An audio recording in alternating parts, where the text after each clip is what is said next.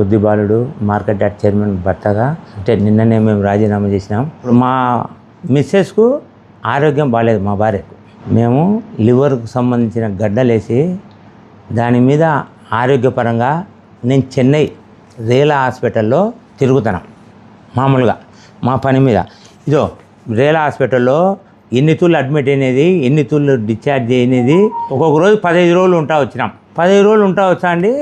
ఈ ఆరోగ్యపరంగా ఏంటంటే ఎప్పుడంటే రాత్రిళ్ళు కడుపు నొప్పి ఎందుకు లేస్తా అంటే మేము ఇబ్బంది పరంగా ఉండి ఎందుకు ఇప్పుడు ఆమె లేడీస్గా అధ్యక్షురాలు గాంధీ నేను పోయి ఆడ పెత్తనం జలాయించే కుదరదు అని చెప్పి నేను రాజీనామా చేయాలని పెద్దాయన గారు వరదాడి గారికి నేను పోయి విన్నపించుకున్నా. అయ్యా ఇట్లా మా భార్యకు లివర్ సంబంధించిన జబ్బు ఉంది, దీని గురించి మాకు కొంత పరిస్థితి బాగాలేదు, దీని గురించి మేము రేలా హాస్పిటల్ మద్రాసు పోతున్నాము, మీరు ఎట్టైనా కానీ రాజీనామా కొంత ఆమోదించండి వద్దులే అని చెప్తే ఆయన వద్దులే వాళ్ళు ఉండు ఇంకా 2 నాళ్ళు ఏముంది, నువ్వు చేయొచ్చు కదా, నువ్వు పెట్టుకోవచ్చు కదా అని అన్నాడు. అంటే నేనుండి అయ్యా నేను మా భార్య ఉంటే నేను చేసినా అనుకో ఇప్పటికే ఎన్నో అనర్థాలు వచ్చినాయి. ఇంతకుముందు మనము మార్కెట్ యార్డ్లో ఏదో కార్యక్రమం మమ్మల్ని ఏదేదో మాట్లాడిన చైర్మన్ నిద్రపోతుంది అది అని కొందరు మాట్లాడినారు, ఎందుకు లేయా అని చెప్పి మేము దాని గురించి రాజీనామా చేసినాం. అది పెద్ద చేసి నిన్న సాయంత్రం పోయి సెక్రటరీ గారికి ఇచ్చొచ్చిన రాజీనామా పత్రం ఇచ్చొచ్చి అయ్యేట మాకు ఆరోగ్యపరితంగా బాగాలేదని చెప్పి నేను దాంతో ఇచ్చొచ్చింటే దాని గురించి ఈ ఒక్కొక్కరు దాని గురించి మేము రాజీనామా ఇచ్చినాం. ఏదో 3 కోట్లు లెక్క బాకిన్నాడు వద్దిబాలునికి లెక్క ఇవ్వకుంటే ఇట్లా రాజీనామా చేసినాడు అని ఒక పెద్ద మనిషి వాళ్ళది గ్రూప్ ఉందంట. ఆ గ్రూప్ ఏ గ్రూపో తెలియదు. ఆ గ్రూప్ ఆ ఉక్కు ప్రవీణ్ అనే వాళ్ళది గ్రూప్ ఉంటే దాంతోంచి పెట్టి మా భార్యను కూడా ఆసుపత్రిలో ఏదో ఉన్నట్టు ఇంత ఘోరంగా ఇట్లా పెట్టాల్సిన అవసరం ఉందా ఆయనకేమన్నా? వాళ్ళతో ఏమన్నా పోయి లెక్క విషయం అంటున్నామా ఆర్థికంగా మా భార్యకి వెళ్తూ బాగాలేదు మేము రాజీనామా ఇచ్చినాం. అది మెయిన్ కారణం. ఆ నుంచి నువ్వు ఏదేది ఇప్పుడు ఇంత పెట్టినావు, రాజీనామా ఇచ్చినారు, వద్దిబాలు రాజీనామా 3 కోట్ల లెక్కకే రాజీనామా ఇచ్చా అంటున్నావు. నాకు 10 ఇచ్చేటప్పుడు కూడా నువ్వే ఒక పెద్దగా పోయి విజయవాడలో అందుకు 10 రాకుండా కూడా చేసినప్పుడు ఆయన ఏం చేసినాడు, మన ముఖ్యమంత్రి గారు చంద్రబాబు నాయుడు గారు, నారా లోకేష్ గారు, పార్టీ అధ్యక్షుడు పల్లా శ్రీనివాసరావు గారు అందరూ మన మీద అభిమానంతో ఇచ్చినారు 10. ఎవరు? చంద్రబాబు నాయుడు గారు, లోకేష్ గారు అందరు కలిసి మాకు ఇచ్చినప్పుడు మేము ఆ 10 తీసుకున్నా. నేను 10లో ఏం అన్యాయం చేయలే, ఒక రకమైన మనం దుర్వినియోగం కూడా చేయలే. నా ఆరోగ్యపరంగా రాజీనామా ఇచ్చే నీ ఇష్టం వచ్చేట్టు నువ్వు స్టేట్మెంట్లు పెడతావు, నువ్వు ఫోటోలు పెడతావు. అవసరమయ్యా నీకు రాజకీయంగా?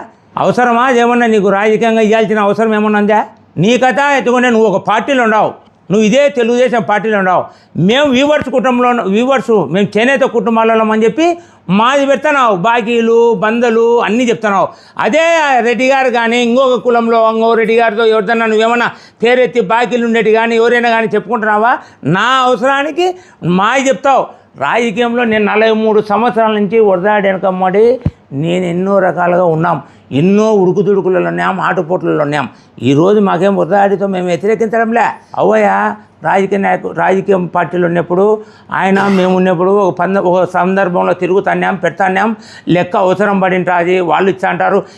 నేను ఒక్క పార్టీలోనే కాదు, అన్ని పార్టీలలో ఉండే నాయకులు, చోటా నాయకులు కానీ బడా నాయకులు కానీ ఏదో కొంత ఆర్థిక సహాయాలు అన్నీ చేసుకుంటుంటారు, తీసుకుంటుంటారు, పెట్టుకుంటారు, మామూలు. అది నేనేదన్నా మీ దగ్గరికి వచ్చి మాకు లెక్క ఇవ్వండి అయ్యా, నేను లెక్క బాకిందాడు, నా లెక్క రాబట్టి అని మీ దగ్గరికి ఏమన్నా వచ్చింటే మీరు మాట్లాడాల్సిన అవసరం ఉంది. ఇవన్నీ ఫేస్బుక్లో, వాట్సాప్లో, యూట్యూబ్లో ఇవన్నీ అవసరమా? నేను చెప్పేది నువ్వు పార్టీలో ఉన్నావు, రేపొద్దున మా వ్యూవర్తో నువ్వు ఒకవేళ నీకు టికెట్ తెచ్చుకోవాలని ఆమె పోరాడుతున్నావు. నువ్వు రాజకీయంగా ఉంటే వరదాడితో నువ్వు పోరాడుకో. మా పేరు చెప్పి మమ్మల్ని బదనాం చేసేయాల్సిన అవసరం ఏముంది? మమ్మల్ని బదనాం చేయాల్సిన అవసరం ఏముంది నీకు? ఇంతకుముందు కూడా ఉత్తరం మాట్లాడినావు. మార్కెట్ యార్డ్లో శనగల రైతులు జరిగేటప్పుడు నువ్వు నిద్రపోతున్నావా, చైర్మన్ నిద్రపోతుంది అన్నావు. మాకు సంబంధం లేని విషయం అది మార్పేడు వాళ్ళకు డిసిఎంఎస్ డిసిఓకు వాళ్ళు కంట్రోల్లో ఉండాలి. అది మాకు సంబంధం లేని విషయం. అట్లాంటిది కూడా నువ్వు ఆ రోజు ఎట్లా మాట్లాడినావు. ఈరోజు నేను ఆ 10లో అండి మా భార్యను ఆడ పెట్టి నేను కింద బయట తిరుగుతా అంటే నేను చెలామని చేస్తే భార్యను లేకోకుండా ఆయన ఇష్టం వచ్చినట్టు చేస్తాను నువ్వే మాట్లాడతావు. నీకు రాజకీయ నైతిక విలువ అంటే కనుక ఇట్లాంటి మాటలు పెట్టకూడదు.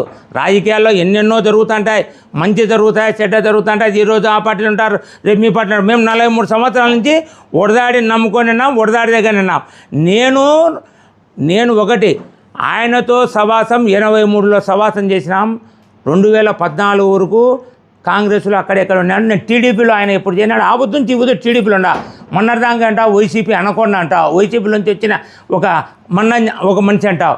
నేను వైసీపీలో 2014 వైసీపీ పార్టీ పుట్టినాంచి నేను యాన్నన్నా కానీ ఒక్క మీటింగులో కానీ ఒక్క జెండా పట్టుకోవడం కానీ యాన్నన్న పెళ్ళిళ్ళ కాడ కానీ వాళ్ళతో నేను ఏదన్నా డీలింగ్ ఉంటే నువ్వు నన్ను మాట్లాడు. సారికి నువ్వు ఇదే మాట్లాడుకుంటా, ఇవే పెట్టుకుంటా, ఒక పార్టీలో ఉండి ఒక కథ అండి ఇదే నువ్వు అంటావు. నువ్వు ఇది కూడా నేను హైకమాండ్ కూడా తెలుపుతా, నేను పార్టీ కూడా పంపిస్తా. ఒక బీసీ కులంలో పుట్టినందుకు మా మీద రోజు రచ్చలు చేసుకుంటా, మమ్మల్ని ఇట్లా వాట్సాప్లో ఫేస్బుక్లో పెట్టుకుంటా, ఇంత నీచంగా దిగదార్చారా? ఏం మా ఓట్లు ఉండేది మేము పబ్లిక్గా తెలుగుదేశం పార్టీకి మా వ్యూవర్స్లో ఉండే ఓట్లు. నిన్న కూడా 2014 ఎత్తుకో, 2019 24 ఎత్తుకో, వచ్చిందంతా వ్యూవర్స్ వాటిలోనే 39 నుంచి 40,000 వరకే 12,000 ఓట్లు 17,000 ఓట్లు మెజార్టీ వచ్చినాయి. మేము బీసీలం అని చెప్పి మమ్మల్ని ఆడికంటే ఆడి ఊరికి మాట్లాడుకుంటా ఇష్టం వచ్చింటారు. రేపు నువ్వు అవసరం లేదా మాకు, నువ్వు పార్టీలో ఉండవు. నిన్న లోకేష్ వచ్చినప్పుడు ఆయన దగ్గర నువ్వు మాట్లాడుకో ఏదనంటే, నీ రాజకీయం సంబంధం ఉంటే మమ్మల్ని ఎందుకు పెట్టుకుంటా? ఇట్లనే మాట్లాడి నువ్వు ఇట్లనే చేసి మా బీసీ నాయకుడు, వాడు బీసీలో మావాడు ఒకడు నందన్ సుబ్బయ్య అనే వ్యక్తి ఉంటే ఆ రోజు ఆ వ్యక్తిని ఊరికే రెచ్చగొట్టి వాళ్ళ మీదకి ఇది ఎట్టినా వ్యక్తిగత విషయాలతో పైకి ఎగదోసి ఏం చేసినావు? లాస్ట్కు వాడిని ముండం పోయించిన సంపే స్టేజ్ తెచ్చినావు. వ్యక్తిగత విషయాలు వానికి నూరు పోయించిన నువ్వు చేసిందే. అదే విషయాన్ని ఏమన్నా నిన్న లోకేష్ బాబు గారు కానీ ఇన్నితులు నువ్వు విజయవాడ పోతున్నావు. విజయవాడలో యావద్దన్న కానీ అయ్యా ఇట మనం పలాంటప్పుడు జరిగింది, ఆ హత్య గురించి ఏదన్నా మీరు సిబిఐ ఎంక్వైరీ కానీ సిఐడి ఎంక్వైరీ కానీ జరపని ఏమన్నా ఒక్కరోజైనా కోరుకునేవా? నువ్వు రాజకీయాల్లో పార్టీలో ఉండవు, పార్టీలో ఉండి లేచాంచి పార్టీ వ్యక్తులనే విమర్శిస్తున్నావు. ఇప్పుడు నేనేమో చైర్మన్ పదవికి పార్టీ పదవికి రాజీనామా చేసినానా? నేను తెలుగుదేశం పార్టీలోనే మేముండా, మా కుటుంబ సభ్యులు, మా వర్గం ఉన్నది, మా వాళ్ళంతా ఉన్నారు. నువ్వు ఈరోజు పార్టీలో ఉండి నువ్వు పార్టీలో ఎప్పుడు నువ్వు వ్యతిరేకంగా మాట్లాడుకుంటా. ఇదే నేను లోకేష్ బాబు గారు కానీ చంద్రబాబు నాయుడు కానీ పార్టీ అధ్యక్షుడు పల్లా శ్రీనివాసులకు అందరికీ నేను వాట్సాప్లో దీంతో ఈమెయిల్ పెట్టి పంపిస్తాను ఈరోజు అంతా టైప్ చేయించుకొని. ఎందుకంటే పరిస్థితి నువ్వు పార్టీలో ఉండవు, ఎప్పుడు పార్టీ మీద వ్యతిరేకత మాటలే. నేనేమన్నా నీకేమన్నా ఇవ్వద్దన్నా నిన్ను విషయం వ్యతిరేకంగా మాట్లాడింటే దాంతో నువ్వు మాట్లాడాల్సిందే. నువ్వు విషయం లేని విషయాలన్నీ పట్టుకొని పట్టాడు. అవతల నేను వాళ్ళకు కూడా చెప్తానా, వైసీపీ నాయకులు కూడా చెప్తానా, ఏమున్నా కానీ మా వ్యక్తిగత విషయాలు మీరు దయ ఉంచి ఏదైనా కానీ మా ఈ దానిలోకి తీసుకోకుండా మీరు రాజకీయంగా ఏదైనా మీరు మీ లావాదేవీలు మీ ఏదైనా మీకు ఉంటే కనుక మీరు మాట్లాడుకోండి. మమ్మల్ని దీనిలోకి లావుకోకుండా చూడమని చెప్పి నేను పత్రికాముఖం కోరుకుంటున్నా. అందరూ పార్టీ పదవుల కోసం కొట్లాడుకుంటున్నారు. నేను ఉండే పదవిని పోగొట్టుకోవాలని నేనేం ఆలోచన చేసుకోను. నాకు సమస్య బాగాలేదు కాబట్టి మనం బయటికి పోయి తిప్పలేము. ఇప్పుడు నాకు పులివెందుల ఇన్ఛార్జ్ ఇచ్చినారు, ఒక 7-12 బూతులు. మీరు పోండయ్యా అంటారు. ఏడ పిలుచుకొని వాళ్ళ బాగాలేని దానికి ఏమను అని నేను రాజీనామా చేసినా తప్ప ఇవన్నీ ఏమిలే. ఆయనకేముందంటే లేచాంచి మమ్మల్ని పట్టుకోవడం.